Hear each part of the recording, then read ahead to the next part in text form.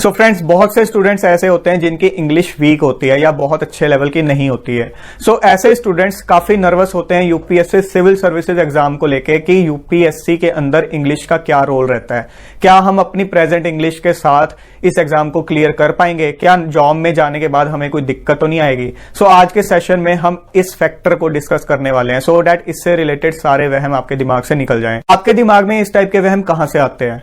May be कई बार आप news में किसी ब्यूरोक्रेट को काफी हाई फाई इंग्लिश बोलते हुए देख लेते हो, किसी ब्यूरोक्रेट की इंटरव्यू सुन लेते हो जिसमें वो काफी अच्छी इंग्लिश का यूज कर रहा है, या किसी ब्यूरोक्रेट की कोई बुक पढ़ लेते हो जो उसने लिखी है, उसमें आप देखते हो बड़ी इंप्रेसिव इंग्लिश लिखी हुई है।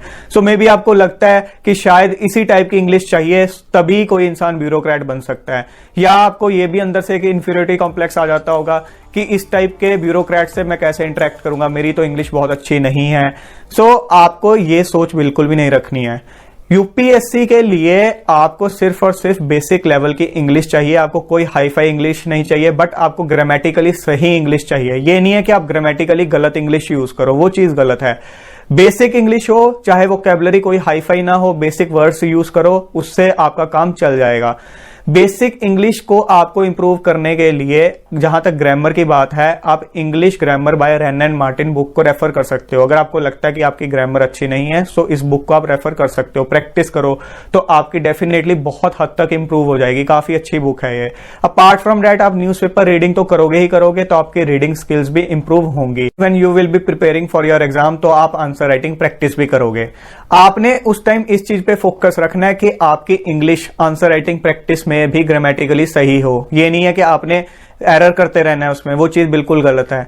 बेसिक इंग्लिश यूज करो, हाई फाई वर्ड्स यूज करने की जरूरत नहीं है, बट जो नॉलेज आप पोजेस करते हो उसको बेसिक इंग्लिश में लिखने की आदत आपकी होनी चाहिए, उसमें गलतियां नहीं होनी चाहिए।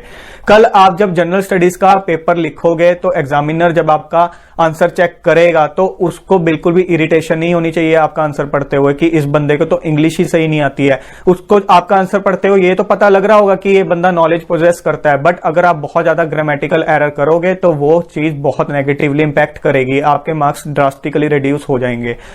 हाई फाई की तरफ ध्यान मत दो, बेसिक की तरफ ध्यान दो, अपने बेसिक्स क्लियर करो। उससे आपका जो इंग्लिश लैंग्वेज का कंपल्सरी पेपर है वो भी बहुत इजीली निकल जाएगा, जो उसमें कट ऑफ होती है वो भी इजीली आपकी क्लियर हो जाएगी। आपके सीसैट के अंदर इंग्लिश वाले पोर्शन में भी मार्क्स अच्छे आ जाएंगे। जीएस के अंदर भी जो नॉलेज आप पोजेस करते हो, इतनी आपने जो मेहनत की है उसके मार्क्स भी आपको मैक्सिमम मिलेंगे जितना आप डिजर्व करते हो। अगर आपकी स्पीकिंग स्किल्स अच्छी नहीं है, आपको इंग्लिश बोलने से डर लगता है, कॉन्फिडेंस नहीं आता है, तो अपने मोबाइल का सेल्फी कैमरा ऑन करके वीक में 2 से 3 बार इंग्लिश बोला करो, उसको रिकॉर्ड किया करो और देखा करो कहां कहां मैं गलतियां करता हूं, उसको इंप्रूव करो। टाइम के साथ आपकी ये चीजें ठीक होंगी। आप अगर ये कहोगे कि इंटरव्यू कॉल की मैं वेट करूं उसके बाद मैं इस चीज को इंप्रूव करूंगा, नहीं, वो रातों रात फिर चीज सही नहीं होगी।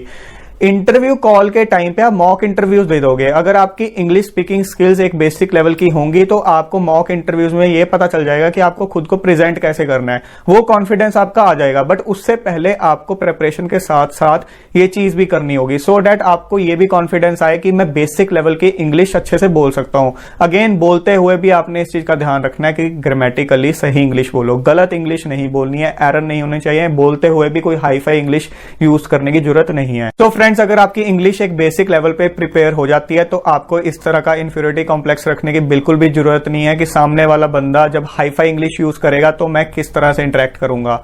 हमेशा याद रखो, इंसान अपने हुनर से जाना जाता है। इस दुनिया में बहुत से ऐसे लोग हैं जो बोल भी नहीं सकते और बहुत कम बोलते हैं, बट उनका हुनर इस लेवल का है, उन्होंने अपना हुनर इस लेवल तक निखारा है कि जब भी वो जाते हैं तो बड़े बड़े हाई फाई इंग्लिश यूज करने वाले लोग खड़े हो जाते हैं।